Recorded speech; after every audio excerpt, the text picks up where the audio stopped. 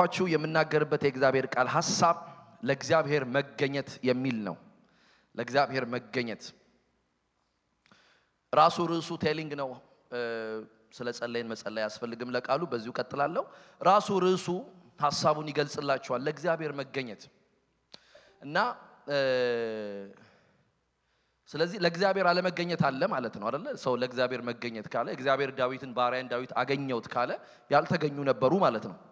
ስለዚህ ስለ እግዚአብሔር መገኘት ነው ዛሬ ላወራችሁ የምፈልገው። ሁለት ከመጽሐፍ ቅዱስ ክፍል ላንብብላችሁ ቶሎ ብዬና ከዛ ወደ ሐሳብ ያስገባቸዋለሁ።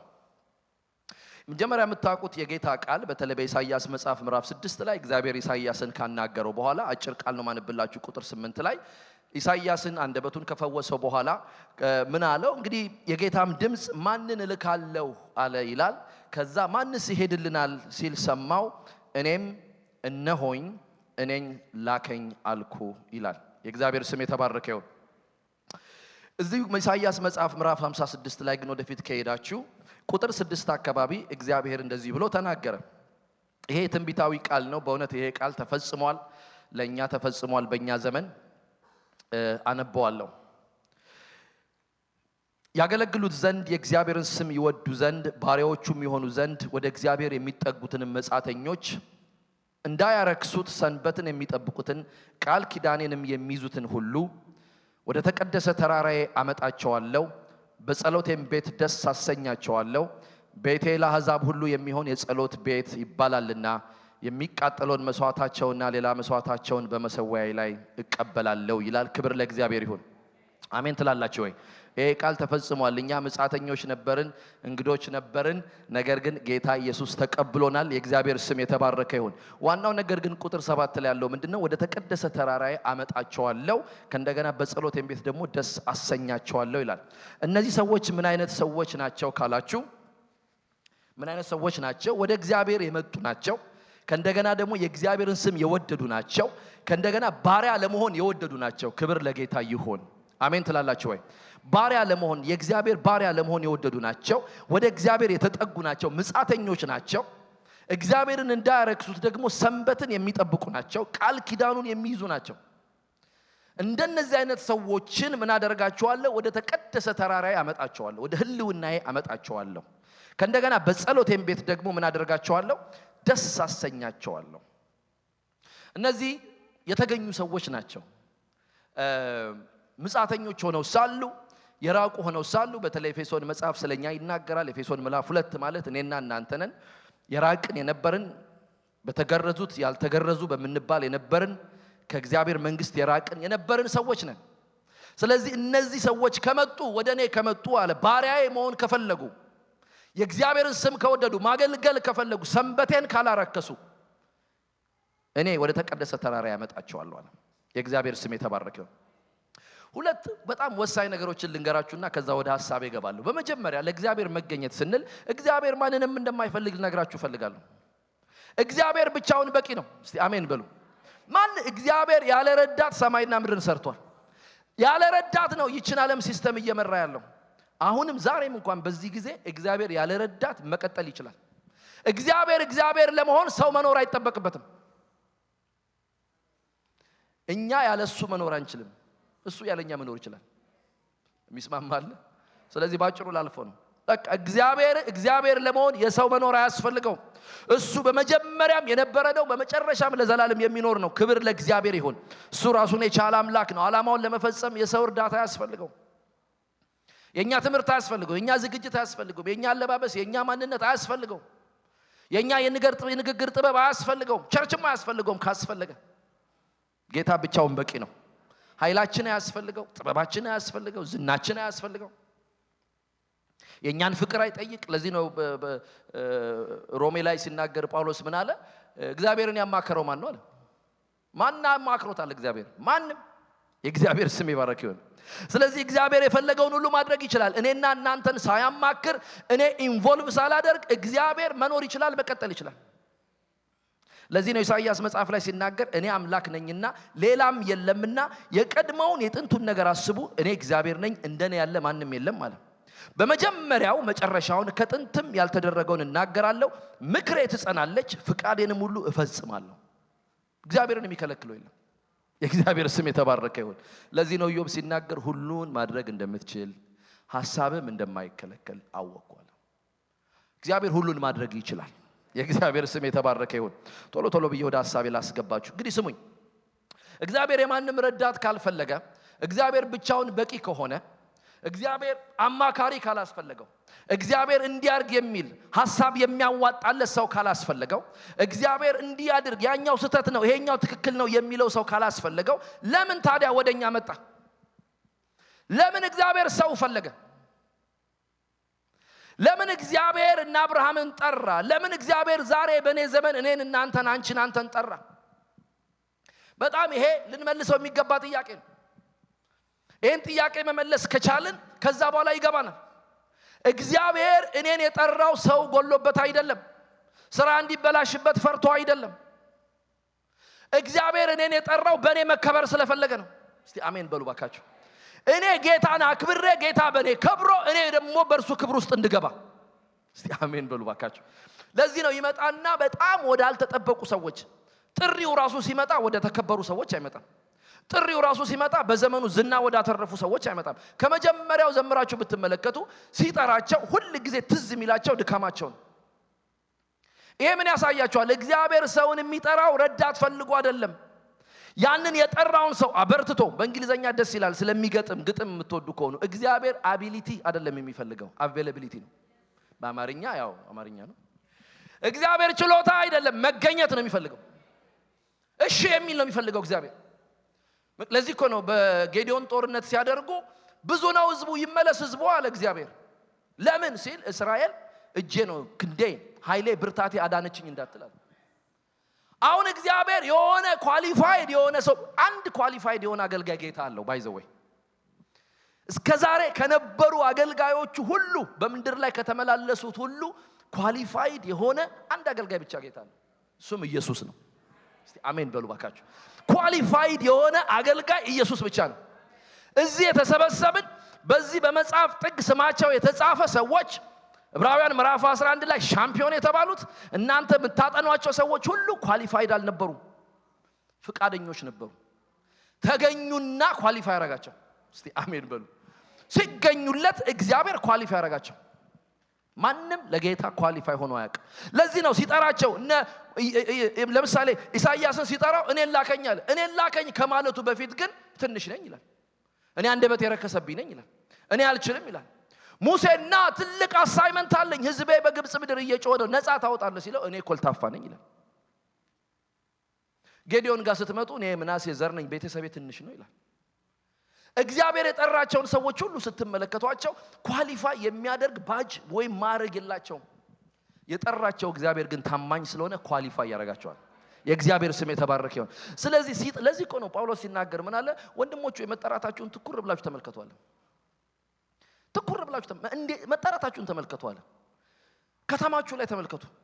ባለ ሀብቶች ነበሩ፣ ዝና የነበራቸው ነበሩ፣ ስም የነበራቸው ነበሩ፣ ስልጣን የነበራቸው ነበሩ። እነዚህ ሁሉ ግን ምን አላሉ? አልተጠሩም። እንግዲያውም እንደውም ይባስ ብሎ እግዚአብሔር የዓለምን ከንቱ ነገር፣ ባዶ ነገር፣ የማይረባ ነገር እግዚአብሔር መረጣል። እግዚአብሔር ኳሊፋይድ የሆነ ሰው ኖሮት አያውቅም። ኳሊፋይ የሆነ ሰው አይጠራም። እግዚአብሔር አቬሌብል የሆነን ሰው ይጠራል። በጸጋው ይሞላል፣ በመንፈሱ ይሞላል። ሃሌሉያ! እንኳን ባህር መክፈል አይደለም መዋኘት የማይችለውን ሰውዬ ውሃ ያስከፍለዋል። የእግዚአብሔር ጸጋ፣ የእግዚአብሔር ስም የተባረከ ይሁን። ይኸውላችሁ ይሄንን ማነሳላችሁ ለምንድነው? አሁን የምንኖርበት ዘመን እኔ ትላንትና አንድ ድምጽ ሰማሁ። እኔ ምን እንደሆነ ስለማላቅ ሰው ነው እንዲያብራራልኝ የጠየቁት በደንብ እንዲገባኝ። ክተት ታውቃላችሁ? የክተት ድምጽ፣ የክተት አዋጅ ትላንትና በደንብ ገባኝ። እግዚአብሔር የክተት አዋጅ የሚያውጅበት ሰዓት አሁን ነው። ከተማዋን ሊያድን እግዚአብሔር ይፈልጋል። የምንኖርበትን ከተማ ኪችነርን እግዚአብሔር ማዳን ይፈልጋል። ትላንት ቅዳሜ ጸሎት ላይ ነበራችሁ ሰዎች እግዚአብሔር ድንቅ ጊዜ ነው የሰጠን። ይሄንን ከተማ እግዚአብሔር ማዳን ይፈልጋል። ለማዳን ጳውሎስን ከሞት ማስነሳት የለበትም። ለማዳን ጴጥሮስን መጥራት የለበትም። ለማዳን ዮሐንስን ማምጣት የለበትም። እኔ ያለው አንቺ ያለሽ ትላንትና እየነገርኳቸው ነበር። ለዚህ ዘመን የሚያስፈልገው ጴጥሮስና ዮሐንስ ቢሆን እነሱ ይመጡ ነበር። ለዚህ ዘመን የሚያስፈልገው አሹ ስለሆነች መቅዲ ስለሆነች እናንተ እኛ ስለሆነን እግዚአብሔር በዚህ ዘመን አመጣን። አሜን ትላላችሁ። አሁን የሚያስፈልገው ምን ነው? ሰው ይሄንን እውነት አንደርስታንድ አድርጎ አይ አም ሂር እንዲል፣ አቬለብል ነኝ እንዲል፣ ተጠቀምብኝ እንዲል፣ ያኔ እግዚአብሔር ያንን ሰው ያገኘዋል። የእግዚአብሔር ስም የተባረከ ይሁን። በጣም እግዚአብሔር ሰው ይፈልጋል። በዚህ ዘመን ሰው ይፈልጋል። በተለይ አሁን በዓለማችን እየሆነ ያለውን ነገር ስትመለከቱ ከአራቱም አቅጣጫ ዓለም ሰላሟ እየተናጋ፣ ጦርነት በቃ ጦርነት እዚህ ሰላም እዛ የለም፣ ክፋት እየጨመረ፣ የጠላት አሰራር እየጨመረ፣ እግዚአብሔር ሰው ይፈልጋል። አንድ ሰው የሚቆም በዛ በክፍቱ ቦታ ላይ በጋፑ ቦታ ላይ የሚቆም ትዝ ይላችኋል። ሕዝቅኤል ላይ ቆመጣና ምን አለ? በመካከል የሚቆም አንድ ሰው አጣው አለ። ስለዚህ ከተማውን አጠፋዋት አለ። በኔና አንተ ዘመን ግን በኔና አንቺ ዘመን ግን በመካከሉ እንቆማለን። የሚስማማ ካለ አሜን ይበል። ዛሬ ከዚህ ቤት ስንወጣ አያም አቬለብል ነኝ ተገኝቼ ለእግዚአብሔር እንድወጣ። ሃሌሉያ! የእግዚአብሔር ስም የተባረከ ይሁን። ስለዚህ እግዚአብሔር ይሄንን ከተማ መፈወስ ይፈልጋል። ቤተሰባችንን መፈወስ ይፈልጋል። ካናዳን መፈወስ ይፈልጋል። ጥሩ ነው ስለ ኢትዮጵያ መጸለይ፣ ጥሩ ነው ስለ ኤርትራ መጸለይ። ስለምንኖርበት ምድር ግድ ሊለን ይገባል። አሜን በሉ ባካችሁ። እግዚአብሔር ያለ ምክንያት ወደዚህ ምድር አላመጣንም። የኤርሚያስ መጽሐፍ ምዕራፍ 29 ላይ በስደት ሄደው ሳሉ በተለይ ለእናንተ ማስባትን ሐሳብን ያውቃለሁ ከሚለው ቁጥር በላይ ከፍ ብላችሁ ካነበባችሁ እግዚአብሔር ሕዝቡን ምን ይላቸዋል? በዛ በስደት በነበሩበት ከተማ ላይ አግቡ፣ ተጋቡ፣ ውለዱ፣ ልጆቻችሁን ዳሩ፣ ከእንደገና አትክልትን ትከሉ፣ እርሻም ብሉ፣ እርሻም ዝሩ ምናምን ይላቸዋል። ከዛ ስለ ከተማዋ ሰላም ጸልዩ ይላቸዋል። እነሱ እኮ በስደት ምድር ነው ያሉት። ነው ስለ ከተማዋ ሰላም ጸልዩ። ከዛ ዝቅ ይልና ለከተማዋ ሰላም ሲሆን ለእናንተ ሰላም ይሆናል ይላል። አሜን በሉ። አይናችንን ጨፍነን እንዳላየን አናልፍም። ከተማ ውስጥ ርኩሰት ሲነግስ እንጸልያለን፣ ወንጌልን ወጠን እንሰብካለን። የእግዚአብሔር ስም የተባረከ ይሁን። ስለዚህ እግዚአብሔር ሁሉን ማድረግ ይችላል፣ ምንም ችግር የለም። እግዚአብሔር ግን ሰው ይፈልጋል። አንድ ኳሊፋይድ ነኝ የማይል በቃ ተብታባ ነኝ ያለ ሰውዬ ችግር የለውም። አቅም የለኝም ያለ ሰውዬ ችግር የለውም። ግን አቬለብል የሆነ እግዚአብሔር ወስዶ ጀነራል ሊያደርገው የሚችል። ከዚህ በፊት ነግሬያችኋለሁ። ይህን ታሪክ ግን በጣም ሬሌቫንት ነው ልንገራችሁ። ድሮ አሌክሳንደር ዘግሬት በነበረበት ዘመን አንድ ወታደር ነበረ የአሌክሳንደርን ሕይወት ሴቭ ያደርጋሉ። ከዛ አሌክሳንደር በቁስል ተመቶ በጦር ተወግቶ እያገገመ በነበረበት ጊዜ አንዱ ጀነራል ያንን ተራ ወታደር ይዞት መጣ አሌክሳንደር ጋር። አሌክሳንደር አለው የስ ሲለው ትላንትና ጠላቶች ሊገሉ ሲሉ እሱ እኮ ነው ያስመለጠ፣ ጠላቶችን የገደለልህ እሱ ነው፣ ተራ ወታደር ነው አለው። ከዛ አሌክሳንደር ዘግሬት ምን አላሉ? ብድግ ብሎ ተነስቶ ቴንኪው ጀነራል ብሎ ልጁን ጨበጠው። ልጁ ምንድነው? ተራ ወታደር ነው። ግን አሌክሳንደር ምን አለው? ቴንኪው ጀነራል አለው። ከዛ ወደ ቤታቸው ሄዱ። ጠዋት ወታደር ሲቆጠር የሆነ ተራ ወታደሮች የሚቆጠሩበት ቦታ አንድ ሰው ጎደለ። ጀነራሎች የሚቆጠሩበት ቦታ አንድ ሰው ትርፍ ተገኘ። በኋላ እዛ ጀነራሎች የሚቆጠሩበት ቦታ ትርፍ የተገኘውን ሰውዬ ሲያዩት የጀነራል ማዕረግ የለውም፣ አይተውት አያውቁም። ማን አንተ አሉት። ስሜ ከሌ ከሌ ይባላል። ምን ታረጋለህ እዚህ? ትላንትና አሌክሳንደር ጀነራል ነህ ብሎኛል፣ ጀነራል ነኝ አለ። ስለዚህ ለፍርድ አመጡት አሌክሳንደር ጋር። ይሄ ማይረባ ወታደር አንተ ያከበርካቸው ጀነራሎች ጋር ሊቆጠር ሄደ። ማን ነው እሱ? እኔ ጀነራል ካልኩት አንተ ምን አገባህ? የዛኛውን ጀነራል ማዕረግ ቆጥሮ ለዚህኛው ሰጠው አሉ። እግዚአብሔር ከጠራችሁ ስሙኝ፣ እግዚአብሔር ወታደር ነህ ካለ ማንነትን አትመልከት፣ አለመማርን አትመልከት፣ ኳሊፋይ አለ ኤክስፒሪየንስ የለኝም አትበል። እግዚአብሔር ይችን ከተማ ሊያድን በኔ ከወደደ ባንቺ ከወደደ ጌታ ይችልበታል። እህቶቼ ወንድሞቼ፣ ጌታ ይችልበታል። በዚህ ቅዳሜ ወንጌል ስርጭት ወጣን ነበር። እህቶች ወንድሞች፣ ዳውንታውን ከተማ አንዳንድ ያልጠበቅናቸው በጭራሽ በቃ ያልጠበቅካቸው ሰዎች ሪስፖንድ ያደርጋሉ። ቆሞ ይሰሙሃል። እኛ እንደዚህ ኢየሱስ ይወዳል ሪፔንት ንስሐ ግቡ ሚል ሳይን ይዘን ስንቆም የሚያልፍ ሁሉ ያይሃል። ተንበርክኮ ጌታን የተቀበለ ስለሌለ ሰክሰስፉል አይደለንም ብላችሁ እንዳታስቡ። ወደ ቤቱ ሰው እያሰበ ነው የሚሄደው። ጌታ ይወደኛል። አሜን። አንድ ወንድማችን እንደውም አለ ከኛ ጋር የነበረ በቃ አንዱ ሲያለቅስበት ነበር። ቃሉ ነክቶት እንግዲህ ግን ሲያለቅስ በቃ ተነክተው። ጌታ ስሙ የተባረከ ይሁን። እግዚአብሔር ወዶና ፈቅዶ ለዚህ ከተማ መፍትሄ ካደረገን ራሳችንን አንመልከት። እግዚአብሔር ጀነራል ነው ካላችሁ ጀነራል ናችሁ። አሜን በሉ ባካችሁ። የጌታ ስም የተባረከ ይሁን። ሙሉ የመጽሐፍ ቅዱስ ታሪክ ግን አንችልም በሚሉ ሰዎች የተሞሉ ነው። ታሪካቸው ሲጨረስ ግን ችለው ነው የጨረሱት። ታሪካቸው ሲዘጋ አሸንፎ ነው የጨረሱት። ታሪካቸው ሲገባደድ ግን ዋው ተብሎ ነው የጨረሱት። ሲጀምሩ ግን አንችልም ያሉ ነበሩ። ጸጋው ያስችላል። የእግዚአብሔር ስም የተባረከ ይሁን። ከዚህ በፊት አንድ የሰማው ታሪክ ነበረ። ትላንትናም ብያቸዋለሁ ማታ እየጸለይንና አንድ ጆን ዌልም ነው ምናምን የሚባል ጊቭ ሚ ስኮትላንድን ስጠኝ ወይም እሞታለሁ ያለ ሰው ነበር አይደል? እንደዛ የሚል ሰው ካለ ጌታ ዛሬ ሀችን ሀገር ይሰጠዋል። ስኮትላንድን ካልሰጠኝ በቃ እሞታለሁ አለ። ያኔ ሰው ሁሉ መጠጥ ይዞ በሚዞርበት በመንገድ ላይ በሚሰከርበት እስር ቤቶች ሁሉ ሞልተው ሰው ውጪ በሚታሰርበት ጊዜ ስኮትላንድን ስጠኛል። በማይጠበቅበት ጊዜ ስጠኝ፣ ያለበለዚያ ግደለኝ፣ ምን አደርጋለሁ አለ። እግዚአብሔር ስኮትላንድን ሰጠው። አሜን ትላላችሁ ወይ? እስር ቤቶች እስኪዘጉ ድረስ እስር ቤት ተዘግቶ ማምለኪያ እስኪሆኑ ድረስ። እንደውም በጣም የሚያስገርመው ታሪክ ምንድነው? የጎረቤት ሀገር ሰዎች ስኮትላንድ ሪቫይቫል መጣ ሲባሉ ለማየት ይመጡ ነበር አሉ። ልክ የራሳቸውን ድንበር ጨርሰው ስኮትላንድ ሲገቡ መንፈስ ቅዱስ ይጥላቸዋል። እውነተኛ ታሪክ ነው። አንድ ሰው ብዙ ነው ከጌታ ጋር። ዛሬ አንድ ሰው ተነስቶ ወጣቱን ስጠኝ ካለ፣ አንድ ሰው ተነስቶ ቻይናውን ስጠኝ ካለ፣ አንድ ሰው ተነስቶ ኪሽነርን ስጠኝ ካለ፣ ለእግዚአብሔር ከተገኘ እግዚአብሔር ያንን ሰው ይጠቀማል።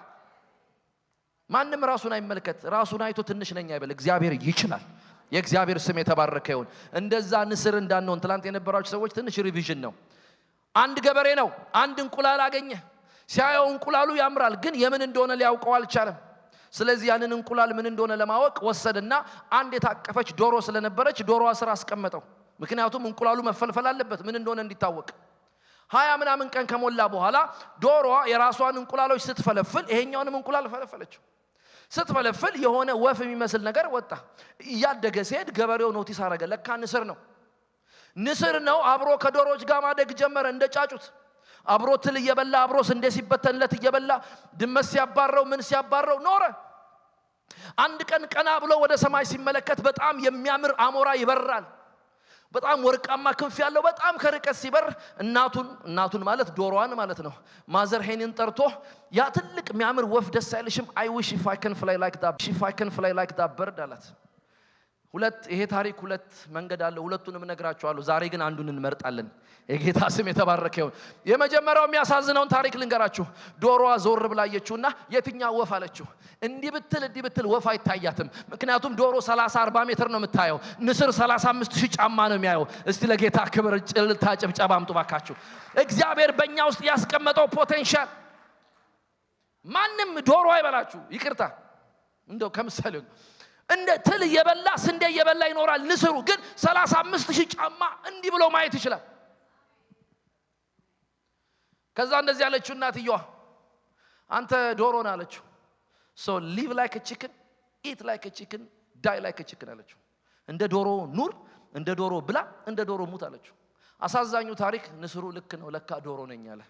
ስለዚህ እንደ ንስር እየኖረ እንደ ዶሮ እየኖረ እንደ ዶሮ እየበላ እንደ ዶሮ ሞተ። ሁለተኛውን ታሪክ ግን ልንገራችሁ ዛሬ ለኔና ለእናንተ ይሄ እንዲሆን። እናቱን ሲያሳያት ያ ይታይሻል ወፍ ሲላት አይታየኝም አለችው።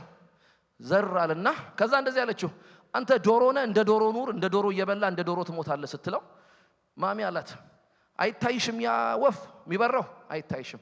ስለዚህ አምናሬ ቺክን አለ። እስቲ አሜን በልባካችሁ። ስለዚህ I'm not going to live like a chicken, I'm not going to eat like a chicken, I'm not going to die like a chicken አለ። ስለዚህ ብድግ ሲል ለካ ሰውየው መብረር ይችላል። እስቲ አሜን በልባክ። ለካ አጥሩን አይደለም ዛፍ መብለጥ ይችላል። ዛፍ አይደለም ለካ ከተራራውን በላይ መብረር ይችላል። እየበረረ ያንን ያየው በርድ ጋር ደረሰ። እግዚአብሔር በእኛው ፖቴንሻል አስቀምጧል። ይሄን ከተማ መለወጥ የሚችል ፖቴንሻል አስቀምጧል። ለምድር መድረስ የሚችል ፖቴንሻል አስቀምጧል። ማንም ዶሮ ነው ቢላ አትስማው። ማንም አትችልም ቢላ አትስማው። እግዚአብሔር ባንተ ውስጥ ኃይል አስቀምጧል። ዛሬ እግዚአብሔር ግን ሰው ይፈልጋል። ይሄ የገባው ሰው ኖርማል እንዳልሆነ የገባው ሰው ጥሪ እንዳለበት የገባው ሰው ሰውን ለማዳን ህዝቡን ወደ እግዚአብሔር መንግስት ለመመለስ ህዝቡን ወደ እግዚአብሔር መንግስት ለማፍለስ ጥሪ ያለብኝ የሚል ሰው የእግዚአብሔር ክብር በእኔ ይገለጣል የሚል ሰው ሆስፒታል ባዶ ይሆናል፣ እስር ቤት ባዶ ይሆናል፣ ሺሻ ቤት ይዘጋል የሚል ሰው ካለ በጌታ ከሱ ጋር ይቆማል። ለምን? ጸጋ አለ፣ አቅም አለ። የእግዚአብሔር ስም የተባረከ ይሁን። ስለዚህ መናገር አልችልም ትንሽ ነኝ ምናም ከማለት እንውጣ ውስጣችን የተቀመጠውን ፖቴንሻል እንመልከት ለዚህ ነው ጌታ ኢየሱስ ክርስቶስ ሲናገር በእኔ የሚያምን እነዚህን ሁሉ ነገሮች ያደርጋል አለ ትላንትና ነግሬያችኋለሁ እንደዛ ብሎ ቢጨርስ ስቲል ቃሉ ሃሌሉያ ያስብላል ግን ኢየሱስ ልጨምርላችሁ አለ በእኔ የሚያምን እኔ ያደረኩትን ሁሉ ያደርጋል አለና ከዚህም የሚበልጥ ያደርጋል አለ ስለዚህ ኢየሱስ አይነ ስውር ፈውሶ አይታል አንተም አይነ ስውር መፈወስ ትችላለህ የሞተ አስነስቷል አንተም የሞተ ማስነሳት ትችላለህ ለምን ጸጋው በእኛ ውስጥ አለ የእግዚአብሔር ስም የተባረከ ይሁን ባለፈው የእግዚአብሔር ሰው አገልጋይ ወንጌላዊ በእምነት እዚህ የመጣ ጊዜ የነገረንን ካስታወሳችሁ የበላነው በጉን ነው ስለዚህ በጉን ነው ምን ሸተው አረ አሜን በሉ ባካችሁ ያስታውቃል እኮ ሰው ሽሮ በልቶ ሲመጣና የሆነ ነገር በልቶ ሲመጣ እኮ በንፋሎቱ ሽታ ይታወቃል እዚህ ቤት በጉን የበላ ካለ በጉን ነው የሚመስለው እስቲ አሜን በልባከህ አሜን በልባከህ አረ አሜን በይባከሽ እግዚአብሔር ባንቺ እንዲሰራ ከፈለክሽ እግዚአብሔር ባንተ እንዲሰራ ከፈለክ ይሄ ሰው ያስቀመጠውን ብልኮ ጥለ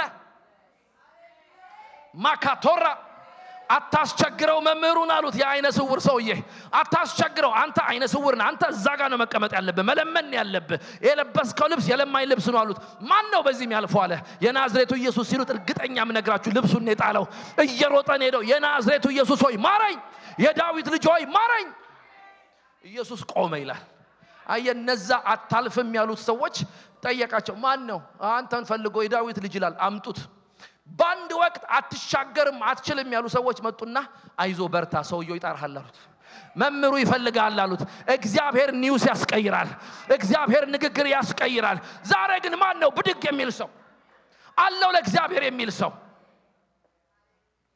ኢየሱስ የዘላለም ጌታ ነው ወንድሞቼ እናቶቼ ሰው አይደለም እኛ ያስቀመጥናቸው ሊሚቴሽኖች ናቸው እንዳንሄድ ያደረጉን አንድ እውነት ልንገራችሁ አጋንንት ምንም ሊያደርግ አይችልም የእግዚአብሔር ክንድ ተገልጣለች ማንንም ሊከለክላት አይችልም ማንንም ቤተክርስቲያንን ማንንም ሊይዛት አይችልም ስሙኝ ሊዋጋ ይችላል ማንንም ግን ያስቆማትም ለዚህ ነው እግዚአብሔር ቃል ሲናገር የእግዚአብሔር መንግስት ሄዳኮ መበዝበዝ ብቻ አይደለም እኮ የገሃነም ደጆች ሊቋቋሟት አይችሉም ጠጋ ስትል ደጆች ይወድቃሉ ጠጋ ስትል ደጆች ይፈርሳሉ እንደዛ አይነት አቅም ነው በቤተክርስቲያን ውስጥ ያለው ወንድሞቼ እናቶች እንደ ተራ ሰው ራሳችን አንመልከት ስለዚህ እግዚአብሔር ምን አይነት ሰዎች ይፈልጋል ምን ማለታችን ነው ለእግዚአብሔር መገኘት ማለት ምን ማለት ነው እነዚህን አንድ 5 ነጥቦች ብቻ ልንገራችሁና ከዛ ልጨርስ ምን ማለት ነው ተክለል ያለ ሐሳብ ከመሰላችሁ ለእግዚአብሔር መገኘት ምን ማለት ነው ለእግዚአብሔር የተገኙ ሰዎች ምን አይነት ሰዎች ነበሩ መጽሐፍ ቅዱስ ላይ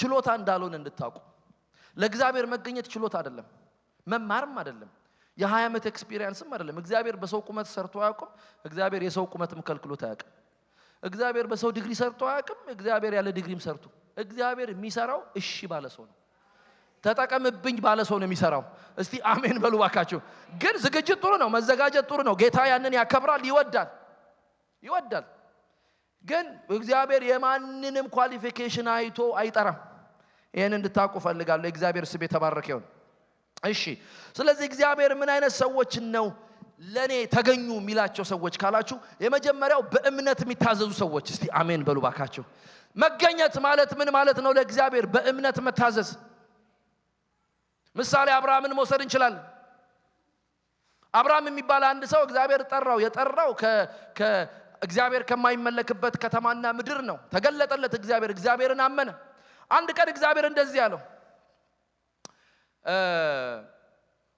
አንድ ሰፈራ ሳያለው ከተማ ሳያለው ተወጣለ ተራራ ነው በዛ ላይ ልጅን ተሰዋልኛለሁ አለ መጽሐፍ ቅዱስ አዲስ ኪዳን ሲነግረን እንደዚህ ይላል የሞተውን ማስነሳት በሚችል እምነቱ ይላል እስቲ አሜን በሉ ባካችሁ እግዚአብሔርን አብርሃም አመነው ስላመነው ታዘዘው ቢላ ይዞ የሚቃጠልበትን እንጨት ይዞ ወደ ተራራ እየወጣ ለሎሎዮቹ እንደዚህ ያላቸው እኔና ልጄ መስዋዕት አቅርበን እንመለሳለን እስቲ አሜን በሉ ባካችሁ በእምነት ታዘዘ ቢገለውም ይግደለው አለ ግን አንድ ነገር አውቃለሁ አለ ይስሐቅ ቢሞት ነግሬያችኋለሁ ከዚህ በፊት ሊያቃጥለው ነው መስዋዕት ማለት አርደ ማርለ የምትመለሰው በእሳት ነው የምታቃጥለው ስለዚህ አሽ ነው የሚቀረው አመድ ነው የሚቀረው የአብርሃም እምነት ማለት የሞተ ማስነሳት ማለት ምን ማለት ነው ይስሐቅ እንኳን ቢሞት እግዚአብሔር እንኳን ባይመጣ እግዚአብሔር እንኳን ተው ባይለኝ እግዚአብሔር ባይደርስልኝ ባርደው ከዛ እንደዚህ ቆራርጬ ስጋውን ባቃጥለው እግዚአብሔር አመዱን ሰብስቦ ማካቶራ ቫላዲናሳ አመዱን ሰብስቦ እንደለመደው ከጭቃ ሰዋር ላይ በጀለት አመዱን ሰብስቦ ይስሐቅን መልሶ ይሰጠኛል። የአብርሃም እምነት ይሄ ነው። ይሄን የሚነግረን እኮ አዲስ ኪዳን ሰው ነው። የሞተን በሚያስነሳን ያመነው የሞተን ያስነሳል። ኢየሱስ የዘላለም ጌታ ነው። እግዚአብሔር ምን አይነት ሰዎችን ተጠቅሞ መስራት ይፈልጋል? በእምነት የሚታዘዙ ሰዎችን። በቃ የእግዚአብሔር ስም የተባረከ ይሁን። ዕብራውያን ምዕራፍ 11 ላይ የነዛ ሻምፒዮኖች ሲናገር ስለ አብርሃም ሲናገር ቁጥር 8 ላይ እንደዚህ ይላል፣ አብርሃም የተባለውን ርስት አድርጎ ሊቀበል ወዳለው ስፍራ ለመውጣት በእምነት ታዘዘ፣ ወዴት እንደሚሄድ እንኳን ሳያውቅ ወጣ ይላል። ውጣ ሲለው ከቤት ከዘመድ ተለይተ ውጣ ሲለው የት እንደሚሄድ ያውቅ። ማን ነው ዛሬ የሚወጣው? እግዚአብሔር ግን የሚፈልገው አንድ ሰው አለ፣ በእምነት የሚታዘዝ ሰው፣ ሁኔታውን ሳይ የሚታዘዝ ሰው፣ ከራሱ ጋር ሳይማከር። ጳውሎስ እንዳለው ለተገለጠ ለዚህ እውነት አለ ከስጋና ከደም ጋር ምን አላልኩም? አልተማከርኩም። ሰው ሄጄ አላማከርኩም፣ ከራሴ ጋርም አልተማከርኩም። ድምፁ መጣ እሺ አልኩኝ አለ። የእግዚአብሔር ስም የተባረከ ይሁን። በእምነት የሚታዘዙ ሰዎችን እግዚአብሔር ከተማ ያስመልጥባቸዋል። በእምነት የሚታዘዙ ሰዎችን እግዚአብሔር በእነርሱ ውስጥ ሆኖ በከተማ ውስጥ ወክ ያደርጋል። በየሆስፒታሉ ወክ ያደርጋል። በሆምለሶቹ ጋር ይሄዳል። በተቸገሩ ሰዎች ጋር ይሄዳል። ለምን? በእምነት ታዘዋል። የእግዚአብሔር ስም የተባረከ ይሁን። አብርሃምን እናንተ በቤታችሁ ልታጠኑት ትችላላችሁ። መታዘዝን፣ ታማኝነትን፣ እሺ ማለትን ከአብርሃም ሕይወት እንማራለን። ሁለተኛ ሰው መጽሐፍ ቅዱስ ላይ ነው እዛው ዘፍጥረት መጽሐፍ ላይ ስትመለከቱ እኔ በጣም በቅርብ ጊዜ እውነት ነው አውቃለሁ፣ ግን በጣም የገረመኝ ነገር ልንገራችሁ። መርከብ ሲሰራ የሚያቅሰው አለ? መርከብ የሚሰራው የት ነው? መርከብ የሚሰራው ውሃ ዳር ነው አይደል እንዴ? ውሃ ዳር ነው መርከብ የሚሰራው። በተለይ ጃይንት አሁን ማወራችሁ እነዚህ ፒክአፕ መኪና ላይ የሚጫኑትን ጀልባዎች አለ። መርከብ ሲሰራ የሚሰራው ውሃ ዳር ነው። ተሰርቶ ካለቀ በኋላ ገፋ አድርጋችሁ ነው ላውንች የምታረጉት። እስቲ አሜን በሉ። እግዚአብሔር መጣና ኖህን እንደዚህ ያለው መርከብ ስራ ነው። ዝናብ የለም፣ የሚያስፈራ ነገር የለም፣ መርከብ የሚያስፈልግ ነገር የለም። ነው እግዚአብሔር ነገረው እመጣለሁ የህዝብ ይጠፋል አለ። ስለዚህ መርከብ ስራ ነው። የመጽሐፍ ቅዱስ አስተማሪዎች ከ50 ዓመት እስከ 100 ዓመት ምናምን እስከ 100 ዓመት ፈጅቶበታል አሉ መስራት። ግን አስቡት ይሄ ሰው በእምነት ታዘዘ። የእግዚአብሔር ስም የተባረከ ይሁን። ለዚህ ነው የእግዚአብሔር ቃል ሲናገር ዘፍጥረት ምዕራፍ 6 ቁጥር 22 ላይ ኖህም እንዲሁ አደረገ። እንዲሁ ማለት እግዚአብሔር እንዳዘዘው አደረገ፣ እግዚአብሔር እንዳዘዘው ሁሉ አደረገ ይላል። የእግዚአብሔር ስም የተባረከ ይሁን። እግዚአብሔር ምን አይነት ሰዎችን ተጠቅሞ ትውልድ ያስመልጣል? በእምነት የሚታዘዙ ሰዎች። ሂድ ሲላቸው ከራሳቸው ጋር የማይመካከሩ፣ ሂድ ሲላቸው ጥቅማቸውን የማያዩ፣ ሂድ ሲላቸው እነከሌን የማያማክሩ፣ ሂድ ሲላቸው እሺ የሚሉ ሰዎች። እግዚአብሔር እንደዚህ አይነት ሰዎችን ይጠቀማል። እስቲ አሜን በሉ። እስቲ አሜን በሉ። እስቲ በእምነት እታዘዛለሁ በሉ። ጸጋው ይበዛልናል። በእምነት እታዘዛለሁ በሉ። ሁኔታዬን ሳላይ በሉ። እስቲ በእምነት እታዘዛለሁ። እግዚአብሔር ይጠቀምብናል። የእግዚአብሔር ስም የተባረከ ይሁን። በእምነት የሚታዘዙ ሰዎችን እግዚአብሔር ያገኛቸዋል። ሁለተኛው አይነት ሰዎች ደግሞ በእግዚአብሔር የሚታመኑ ሰዎች ናቸው። በጉልበታቸው የማይታመኑ፣ በአቅማቸው የማይታመኑ፣ በስልጣናቸው የማይታመኑ፣ በስጋ ለባሽ የማይታመኑ፣ በሚታየው ነገር የማይታመኑ፣ አንድ ነገር ነው እምነታቸው አንድ ነው፣ እግዚአብሔር ይባላል። ይህን ሰውዬ ወስደ ከአንድ ሰው ጋር ማቁመው ከአውሬ ጋር ማቁመው እምነቱ አንድ አይነት ነው። ትዝ ይላችኋል ዳዊት አይደለ? ቆመ፣ ጎልያድ እዛ ህዝብ እያስፈራራ ነው። ሳኦል ጠራው፣ አንተ መዋጋት አትችልም አለው። ለምን? ትንሽ ነህ፣ ጎልያድ ትልቅ ነው። ዳዊት እንደዚህ አለ፣ ኖ እኔ በምድረ በዳ የአባቶቼን በግ ጠብቅ ነበር አለ። ድብ ይመጣል፣ አንበሳ ይመጣል፣ ከግልገሎቼ ታናናሾቹን ይወስድብኛል። እሺ ሄጄ አንበሳውን አንገቱን እንደዚህ አድርጌ ፈልቅቄ ያችን ጠቦት አስጥላታለሁ። ለምሮ የምትነግረኝ ሲለው ትላንት ከአንበሳና ከድብ ያስመለጠኝ ጌታ። አረ ኢየሱስ ጌታ ነው። ኢየሱስ ጌታ ነው።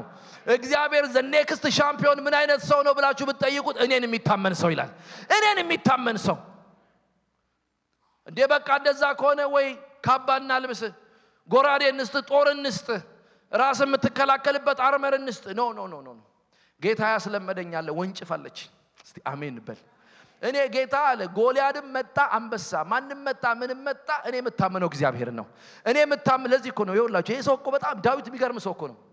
እንደዚህ አለ በሰራዊት ተከቦ እያለ ሰራዊት ከቦታል፣ አጃጋሪዎች አሉት፣ በቤተ መንግስት ነው የሚኖረው። እንደዚህ አለ እግዚአብሔር የህይወቴ መታመኛ ነው። እንዴ አሁን እኮ ማንም ሰው ጋር ብትሄዱ መታመኛው ገንዘቡ ነው። መታመኛው እኮ ስልጣኑ ነው። መታመኛው እኮ ቤት ያስቀመጣቸው ጋርዶቹ ናቸው። ነው አለ ዳዊት፣ እኔ የህይወቴ መታመኛዬ ማን ነው ስል እግዚአብሔር ነው አለ። እግዚአብሔር በእርሱ የሚታመኑትን ያውቃል። እስቲ አሜን በሉ ባካችሁ። ስለዚህ እግዚአብሔር ምን አይነት ሰዎችን በከተማችን መጠቀም ይፈልጋል? እግዚአብሔርን የሚታመኑ ሰዎች፣ ያድናል የሚሉ ሰዎች። ሃሌሉያ። እንደዚህ ያሉት እነ ሚሳቅና አብደናጎም ለዚህ ላቆምከው ምስል አንሰግድም አሉት።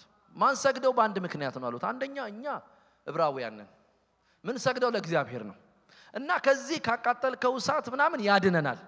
እስቲ አሜን በሉ። እስቲ ያድነናል በሉ። ያድነናል እናምናለን። ግን ባያድነንም ባይመጣ ቢተወን እንዲህ እንድንሞት ከፈለገ እውነት እንነግራለን። ንጉሶ 1000 ዓመት ንገስ፣ ለዚህ ላቆምከው ምስል ግን አንሰግድም። እስቲ አሜን በሉ ባካችሁ። የእግዚአብሔር ስም የተባረከ ይሁን። እንደዚህ አይነት ሰዎችን እግዚአብሔር ይፈልጋል፣ በሱ የሚታመኑትን ሰዎች። ሃሌሉያ። የእግዚአብሔር ስም የተባረከ ይሁን። ጓደኛቸውም ዳዊት እኮ እንደዛ ነው፣ ማን ነው ዳንኤል እንደዛ ነው ያደረገው። ህግ ወጣ አይደለ? በቃ ናቡከደነጾር ካቆመው ከዚህ ምስል ውጪ ቅርጽ ውጪ ማንንም ወደ ሌላ ቦታ እንዳይጸልይ ሲባል ዳንኤል ይህን ሲሰማ ከከተማ ሸሽ አይልም። ዳንኤል ይህን ሲሰማ ወየው ጠፋው አለ አይልም። ዳንኤል ይህን ሲሰማ ወደ ቤቱ መጣ። እንደ ልማዱ መስኮት ከፈተ። አንዳንድ እኮ ተደብቀን እናረጋለን እኮ። ሰው ምን ይለናል? ተደብቀን እኮ የሆነ ነገር እናረጋለን፣ ከስራ እንባረራለን። ተደብቀን እኮ የሆነ ነገር እናረጋለን፣ ስማችን ይጠፋል ብለን ነው። እንደ ልማዱ ድሮም መስኮቱን ይከፍታል ወደ ምስራቅ፣ አሁንም መስኮቱን ወደ ምስራቅ ከፈተ። እንደ ልማዱ መጸለይ ፈለገ። ከዛ እንደዚህ ያሉ እነዛ በሱ ላይ ክፋት የፈለጉ ሰዎች ምንም ክፋት አላገኙበትምና ከአምላኩ ህግ በስተቀር አሉ። ይህን ሰውዬ ማግኘት ካለብን ብናገኘው በአምላኩ ነው። እሱ በአምላኩ የታመነ ሰው ነው። በአምላኩ የሚመጣበት ሰው አይወድም። በሱ ነው የምናገኘው አሉ። የእግዚአብሔር ስም የተባረከ ይሁን። ከዛ መጡና ለንጉሱ ነገሩት። እንዲህ ብለህ ህግ አውጥተሃል፣ የማይሰግድ ሰው ወደ አንበሳ ወደ ተራቡ አንበሶች ጉድጓድ አዎ ብያለሁ አለ። ታዲያ የምትወደው ዳንኤል አይሰግድም? አስጠራው። አትሰግድም? አልሰግድም። እያዘነ ነው ለሚለው ሊያስጥለው ብዙ ሞከረ ይላል። ግን እያዘነ ሰው ወደ አንበሳ ጉድጓድ እየተወሰደ ቆይ አንዴ ላናግራቸው አይልም። ኖ አለ። በሞትም እሞታለሁ። ወረወሩት ይላል የእግዚአብሔር ቃል ሲናገር ወደ ተራቡ አንበሶች። እና ጠዋት ሰውየው እንቅልፍ አጥቶ ንጉሱ መጣና ዳንኤል ሆይ ምንድን ያለው? የምታመልከው አምላክ የታመንከው አምላክ አዳነ። አሁን አልጠበቀም፣ ድምፅ አልጠበቀም፣ ጸጥታን የጠበቀው። ምክንያቱም አንበሶቹ የተራቡ ናቸው። ድምፅ መጣ ከታች። ንጉሥ ሆይ 1000 ዓመት ንገስ፣ ቅንነት ተገኝቶብኛልና እግዚአብሔር መልአኩን ልኮ የአንበሶቹን አፍ ዘጋ።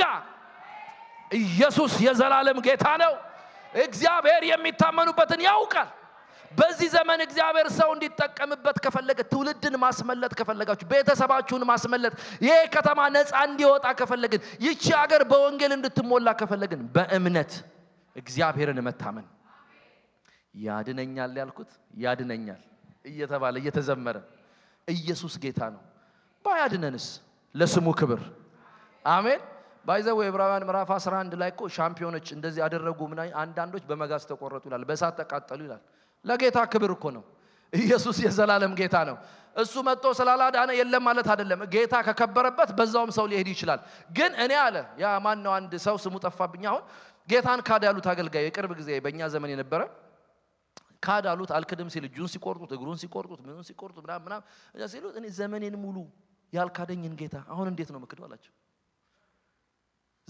ዘመኔን ሙሉ የተንከባከበኝ ጌታ፣ ዘመኔን ሙሉ ያኖረኝን ጌታ አሁን ለናንተ እጅ መቁረጥ፣ እግር መቁረጥ ምናምን አይን መጥፋት ነው ጌታን አልክደውም አለ። የእግዚአብሔር ስም የተባረከ ይሁን። እግዚአብሔር የሚታመኑበትን ሰዎች ይፈልጋል። በሚታመኑበት ሰዎች እግዚአብሔር ስራውን ይሰራል። የእግዚአብሔር ስም የተባረከ ይሁን። እስቲ አሜን በሉ ባካችሁ። ሶስተኛ እግዚአብሔር ምን አይነት ሰዎችን ይፈልጋል? በዚህ ከተማ ላይ ማግኘት የሚፈልገው ሰው ምን አይነት ሰዎች ነው? ስሙኝ። እነሆ እኔን ላከኝ የሚሉ ሰዎች ብቅ ብለው 100 ሰው ተሰብስበው እኔ ያለው የሚሉ እስቲ አሜን በሉ ባካችሁ። ብዙ እኮ ኳሊፋይድ የሆኑ ከረባታቸው እንደዚህ ካባቸውን አድርገው በቃ እነሱ ናቸው ዘ ኔክስት ጀነራል ዘ ኔክስት ምናምን ሲባል ድምጻቸውን ሲያጠፉ አይ እኔን ላከኝ የሚል አንድ ሰው ስም የሌለው በእድሜ ታናሽ የሆነ ኳሊፋይ የማያደርግ እስቲ አሜን በሉ። እግዚአብሔር ፍቃደኛ የሆነ ሰው ይፈልጋል። ፍቃደኛ የሚለው ጋር ምን ልነግራችሁ ነው? ሰው ያለውን ጥሎ ለምሳሌ ኤልሳ ትዝ ይላችኋል አይደል? ኤልያስ መጣና መጎናጸፊያውን ጣል አድርጎበት ሄደ ይላል። ምንም ናላለውም ብሎታል። ኤልያስ ምን ብያለሁ? እኔ ጠርቻለሁ አልጠራውም እኮ አለው። ግን ልክ መጎናጸፊያውን አድርጎበት ሲያልፍ ኤልሳ ብድግ አለ ይላል እነዛን 12 ጥማድ በሬዎች ሁሉ አረደ ከዛ ህዝቡን አበላና ተከተለው ፍቃደኛ የሆነ ሰው ለመጣለት ጥሪ እሺ የሚል ሰው የእግዚአብሔር ስም የተባረከ ይሁን ከስጋና ከደም ጋር ያልተማከረን ሰው እግዚአብሔር አንድ ፍቃደኛን ሰው ይተቀምበታል የዚህ ከተማ ታሪክ መቀየር ይችላል ተስፋ አትቁረጡ እስቲ አሜን በሉ የወጣቶቻችን ታሪክ የከተማው ታሪክ ይቀየራል እግዚአብሔር ግን አንድ ፍቃደኛ ሰው ይፈልጋል እነሆኝ እኔን ላከኝ የሚል ሰው እግዚአብሔር ይፈልጋል በዛ ሰው ላይ እግዚአብሔር ኢንቨስት ያደርጋል በዛ ሰው ላይ ኢንቨስት ያደርጋል የእግዚአብሔር ስም የተባረከ ይሁን ሃሌሉያ እግዚአብሔር ደግሞ ምን አይነት ሰዎችን ይፈልጋል መሰላችሁ የሚሰሙትን ሰዎች ይፈልጋል አሁን ሁላችሁም ድምጽ እየሰማችሁ ነው ማውራውን ማለት ነው ጸጥ ብላችኋል እኔ እያወራው ነው እግዚአብሔር የሚናገረውን ተሰሙታላችሁ ከኔ ድምጽ ጀርባ እግዚአብሔር ይናገራል እዚህ ጋር ፕላትፎርም ላይ ማንንም ይቆም ነገ እህቴ ወንድሜ አንተ ስትቆም ኤግዛክትሊ ሌላ ሰው ሲቆም እንደምሰማው ነው የምሰማው እግዚአብሔር እኔን ተጠቅሞ ሲናገር ሰው ይሰማል ወይ አብ ያለ ነው እግዚአብሔር አለ ነው ሰው የሚለው እግዚአብሔር ግን የሚሰማውን ሰው ይፈልጋል የሚሰማውን ድምጽ እግዚአብሔር ይፈልጋል እስቲ አሜን በሉ ለዚህ ነው እግዚአብሔር ቃል ሲናገር ጌታ ኢየሱስ ምን አለ በጎቼ ድምጼን ይሰማሉ አለ የሌላውን ድምጽ አይሰሙም አለ የኔን ድምጽ አትሰሙ እግዚአብሔር የሚፈልገው የእረኛውን ድምጽ እንድትሰሙ ነው ዛሬ እግዚአብሔር ፍቃደኛ ሰው ፈልጋለሁ ምን አይነት ሰው የሚገኝ ሰው ምን አይነት ሰው እኔን የሚሰማ ሰው ሳሙኤል በቤተ መቅደስ በነበረበት ጊዜ ድምጽ ሰማ ሳሙኤል ይለዋል ግን ይሄን ድምጽ አያውቀውም ወደ አባቱ ወደዛ ይመጣና ወደ ኤሊ አባቴ ጠራኸኝ ይለዋል አይ አልጠራውም ግባና ተኛ ይለዋል አሁንም ሲተኛ ትንሽ ቆይና ሳሙኤል ይለዋል ይመጣና ምን ነው አባቴ ደግመህ ጠራኝ አልጠራውም በኋላ ግን ሰውየው አንድ ነገር ገባው የሚጠራው ድምጽ የእግዚአብሔር ድምጽ ነው እንደዚህ የሚያነቁ ሰዎች እግዚአብሔር ይስጠን አቅጣጫ የሚሰጡ ሰዎች ህዝቤ እኮ ዕውቀት ከማጣቱ የተነሳ ጠፍቷል ያለው ጌታ አቅጣጫ የሚሰጡ ሰዎች ሶስተኛ ላይ ተመልሶ ሲመጣበት አሁን ገባው ኤሊ ይሄን ድምጽ ያውቀዋል የሚያመልከው አምላክ ካህን ሆኖ ያገለግለው አምላክ የሚናገር አምላክ ነው ኦኬ አሁን ያለነው ቤተ መቅደስ ነው አንተ ደግሞ በጸሎት የመጣ ሰውና አመጣጥንም አቃለው ለእግዚአብሔር የተሰጠነ እግዚአብሔር እያናገረ ነው ስለዚህ አሁን ድምጹን ስትሰማ እነሆኝ ጌታ ባሪያ አለ ተናገር በላለው ዛሬ ድምጹን ስንሰማ ጌታ ሆይ ተናገር እንድንል ድምጹን ስንሰማ አለው እንድንል እግዚአብሔር ይፈልጋል ከዛ እንደዛ ልክ ኤሊ እንደነገረው ድጋሚ መጣና ሳሙኤል ሲለው ይሰማል ጌታ ተናገር አለው እነሆኝ እግዚአብሔር ሚስጥር ነገረው የእግዚአብሔር ስም የተባረከ ይሁን እንደ ሳሙኤል ያለ ንጉስ ለእስራኤል ምድር አልተነሳም ነበር እንደሱ አይነት መሪ አልተነሳም ነበር ከስሙ ከዳር እስከ ዳር ብቻ መነሳቱ እኮ አይደለም በጣም እኔ ስለ የተናገረው ቃል ጠባይልም ኢየሱስ የታመነ ነብይ ሆነ ለጌታ የእግዚአብሔር ስም የተባረከ ይሁን ለምን የእግዚአብሔርን ድምጽ መስማት ስለቻለ ዛሬ እግዚአብሔር ድምጹን የሚሰሙ ሰዎችን መጠቀም ይፈልጋል የእግዚአብሔር ስም የተባረከ ይሁን እግዚአብሔር ኮሬጅስ በቃ ደፋር የሆኑ ሰዎችን ይፈልጋል ደፋር የሆኑ ሰዎችን እንደ ኢያሱ አይነት ደፋር ሰዎችን እግዚአብሔር ይፈልጋል ባይ ዘ ዌይ ብዙዎቻችን ጌዲዮንን ፈሪ እንለዋለን እንደ ጌዲዮን አይነት ደፋር ሰው የለም እኔ አይደለም ያልኩት መጽሐፍ ቅዱስ ነው ያለው አንተ ጀግና ኃያል ሰው ብሎታል እኮ ኃያል ነው ደፋር ነው እንዴት ነው ያንን እንዳንበጣ ምድሩ ላይ ሸፍሮ የነበረውን የምድያማዊን ሰራዊት በ300 ሰው ነው የምታሸንፈው ሲለው እሺ ብሎ ተስማማ ስሙኝ ፕሮሰሱ ኢትስ ኦኬ ካለማመን ወደ ማመን መምጣታችን ነው ዋናው ነገር መናገር አልችልም ኮልታፋ ነኝ ከማለት ሙሴ አልፎ ፈርዖንን መናገር ይችላል እስቲ አሜን በሉ ባካችሁ ጌዲዮን አልችልም እኔ የምናሴ ዘር ነኝ ቤተሰቦቼ ታናሽ ናቸው ሲል ቆይቶ እግዚአብሔርን በመልእክት እቺ ጤዛ እንዲብቶም ሲል ቆይቶ ከፈራ ወደ ሰፈር ግባ ተብሎ ገብቶ ህልም አይቶ ተመልሶ ሲመጣ እግዚአብሔር በ300 ሰው ሲለው እሺ አለ እስቲ አሜን በሉ እግዚአብሔር ደፋር ሰዎችን ይፈልጋል ዛሬ ወንድሞቼ እናቶቼ ልንገራችሁ የምንሰራው የእግዚአብሔር ሥራ በጸጋ ነው ድሮ አንድ ሰው አገልጋይ ሲናገር አገልጋይ ላኩልን እስቲ ከአዲስ አበባ አሉን አለ አረ እሺ ምን በጸጋ የሚያገለግል እኛ በነዳጅ ነው ወይ ምናገለግለው አልኳቸው አለ በሁሉም ሰው ጸጋ አለ ግን ደፋር የሚያደርግ እግዚአብሔር ጸጋ አለ እስቲ አሜን በሉ ባካችሁ በነያሱ ላይ የነበረ በነያሱና ካሌብ ላይ የነበረ ሌላ ሰው የተሰበሰበ ሰው ሁሉ በፊታቸው እኛ እንዳንበጣነን ሲል ኖ እስቲ አሜን በሉ ባካችሁ እንደ እንጀራ ይሆኑልናል ከነርሱ ጋር የሥጋ ክንድ ነው ያለው ከኛ ጋር ግን ያለው የእግዚአብሔር ክንድ ነው አለ እስቲ አሜን በሉ ባካችሁ ደፋር ጃየንቶች ናቸው አዎ ትልልቆች ናቸው አዎ በጣም ያስፈራሉ አዎ ገሷት ከኛ ጋር ያለው እግዚአብሔር ነው የሚሉ ትውልድ እግዚአብሔር ይፈልጋል በእንደዚህ አይነት ሰዎች እግዚአብሔር ከተማን ማስመለጥ ይፈልጋል የእግዚአብሔር ስም የተባረከ ይሁን። እግዚአብሔር የሚጸልዩ ሰዎችን ይፈልጋል። የሚጸልዩ ሰዎችን በመካከል ለመቆም የሚፈልጉ ሰዎችን እግዚአብሔር ይፈልጋል። አንድ ጊዜ እግዚአብሔር መጣና በእስራኤላውያን ተናዶ ሙሴን እንደዚህ አለው፣ አይ ከነዚህ ህዝብ ጋር ከዚህ በኋላ አልቀጥልም አለው። አልቀጥልም፣ አንገተ ደንዳኖች ናቸው፣ አይሰሙኝም። ምንም ባደርግ አይሰሙኝም፣ ምንም ባደርግ አያምኑኝም። በቃ ሙሴ አንድ ነገር ነው ማደርገው፣ ስለምወዳ አለው። አንድ ነገር ነው ማደርገው፣ ሌላ ህዝብ አመጣና አንተ ሌላ ህዝብ አረጋለሁ አለው። አሁን እኮ ሙሴ እግዚአብሔር ነው፣ እኔ ምን አጨቃጨቀኝ ብሎ እሺ እንደወደድክ ቢል፣ እግዚአብሔር እኮ ሌላ ትውልድ አስነስቶ ሙሴ ያረጃል እንጂ ትውልድ ይነሳል።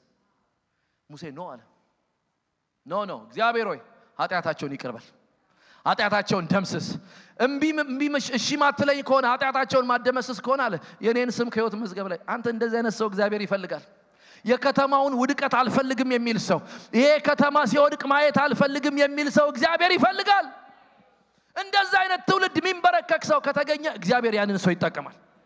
በመካከል የሚቆም እግዚአብሔር መጣያችን ከተማ ጠፋታለሁ አለው አብርሃም። ኃጢአተኛ ከተማ ነች፣ መጥፋት አለባት። ኖ አለ ይሄን ያህል ጻድቅ ቢገኝ ትምራለህ? ይሄን ያህል ጻድቅ ቢገኝ ትምራለህ? እምራለሁ አለ ጌታ። በመካከል የሚቆሙ ሰዎች ካሉ እግዚአብሔር እነሱን ይጠቀማል። እስቲ አሜን በሉ ባካችሁ። እግዚአብሔር መልአክ ዲስፓች ያደርጋል፣ ያስመልጣል፣ ቤተሰብ ያስወጣል። የእግዚአብሔር ስም የተባረከ ይሁን። እንዲያመልጡ የምትፈልጉ ቤተሰብ ካላችሁ ዛሬ የምልጃ ሰዎች፣ የጸሎት ሰዎች ሁኑ። እኔ እንደዛ አይነት ጸሎት ለመጸለይ አቅም ማገኝ አይመስለኝም። ማለት ድፍረቱ ሙሴ ስሜን ከሕይወት መዝገብ ላይ ሰርዝና እነሱን በጣም ከባድ እኮ ነው። ግን ተወራረደበት በጌታ ነው አለ። ጌታው ይቅር በላቸው፣ ማራቸው፣ በድለዋል፣ አዎ ማራቸው። እምቢ ካልከኝ ግን በቃ እኔን ከሕይወት መዝገብ ሰርዝና። እግዚአብሔር ግን ጸሎቱን ሰማ። የእግዚአብሔር ስም የተባረከ ይሁን። ስለዚህ የሚጸልዩ ሰዎችን እግዚአብሔር ይፈልጋል። በጸሎት የሚተጉ ሰዎችን እግዚአብሔር ይፈልጋል። የእግዚአብሔር ስም የተባረከ ይሁን። ሃሌሉያ። ኢየሱስ የዘላለም ጌታ ነው። እኔ በጣም ባጭሩ ነው ዛሬን ሐሳብ ምነግራችሁ፣ ግን በውስጣችሁ ይሄ ነገር እንዲቀመጥ እናንተ በቂ እኔ ብቻዬን ከእግዚአብሔር ጋር ብዙ ነኝ። አንተ ከተጨመርክ፣ አንቺ ከተጨመርሽልኝ እቴ ደግሞ በጣም ብዙ ነን። ስለዚህ እንደዚህ አይነት አመለካከት ያለን ሰዎች ሆነን በዚህ ቤተክርስቲያን ብንነሳ እግዚአብሔር ይሄንን ከተማ አሳልፎ ይሰጠናል። እግዚአብሔር ይሄንን ፕሮቪንስ አሳልፎ ይሰጠናል። እግዚአብሔር ካናዳን አሳልፎ ይሰጠናል። እግዚአብሔር ሰው ነው የሚፈልገው። የእግዚአብሔር እጅ፣ የእግዚአብሔር ክንድ ከማዳን አላጠረችም። የእግዚአብሔር ስሙ የተባረከ ይሁን። ስለዚህ አንድ የመጨረሻ ነገር ልንገራችሁና ከዛ መጸለይ እንፈልጋለሁ። አብረን እንጸልያለን። እግዚአብሔር ሌላ ምን አይነት ሰው ይፈልጋል? እስካሁን የነገርኳችሁ ሁሉ በጣም ኤክሳይት የሚያደርጉ ናቸው። እግዚአብሔር ግን ደካሞች መሆናቸውን፣ ባዶ መሆናቸውን የሚያምኑ ሰዎችን ይፈልጋል። ዛሬ ስንጸልይ ደካማ ነኝ እንድንል እግዚአብሔር ይፈልጋል። ስንጸልይ ድምጻችን መቀየር የለበትም። ስንጸልይ ጠንካራ ለመምሰል ማለት የለብንም። የሆነ ኮንፊደንስ ምናምን አርቲፊሻል ነገር መጨመር የለብንም። ድካሜን ጌታ ያውቀዋል። አሜን በሉ። እሱ ፊት ለምን ነው ድካሜን የሚሸፍነው? ስለዚህ እኔ ደካማ ነኝ እንድንል ጌታ ይፈልጋል። ከዛ ኃይሉ በድካሜ ይገለጣል አለ። ኃይሉ ይገለጣል፣ በድካሜ ውስጥ ይገለጣል። ኃይሉ ይገለጣል፣ በስንፍና ውስጥ ይገለጣል። ኃይሉ ይገለጣል፣ ባለመቻሌ ውስጥ እግዚአብሔር ይችላል። ምን አይነት ሰዎች እግዚአብሔር ይፈልጋል? ደካማ ነኝ የሚሉ ሰዎች፣ ግን ተጠቀምብኝ የሚሉ ሰዎች። አልተማርኩም ግን ተጠቀምብኝ። እኔ ኤክስፒሪየንስ የለኝም ግን ተጠቀምብኝ። ጴጥሮስን አስቡት። ጴጥሮስ ማለት አሳ አጥማጅ ነው። በቃ አንድ ሬጉላር ሰው፣ እንደኔና እንዳንተ ስራ ሰርቶ የሚገባ፣ እንደኔና እንዳንቺ በቃ ቤተሰቡን የሚያስተዳድር። አንድ ቀን ጌታ መጣና እንደዚህ አለው፣ ወደ ታንኳ እንድገባ ፍቀድልኝ አለው። ሳትፈቅድ ጌታ አይገባም። ሳትፈቅድ ጌታ አይገባም። ግባ አለው። ጌታ ወደ ታንኳው ገባ። የእግዚአብሔር ስም የተባረከ ይሁን። ዛሬ ጌታ ወደ ታንኳችሁ ይግባ። ደካሞች ነን፣ አዎ ጌታ ይግባ። ታሪካችንን ቀይሮት ነው የሚወጣው። ታሪካችንን በቃ ምስቅልቅሉን አውጥቶት ነው የሚወጣው። ለሱ ክብር ማለት ነው። የእግዚአብሔር ስም የተባረከ ይሁን። ኢየሱስ እኮ ከመርከቡ ሲወጣ ጴጥሮስ እንደዚህ አለው፣ እኔ ኃጢአተኛ ነኝ፣ ከኔ ራቅ አለው።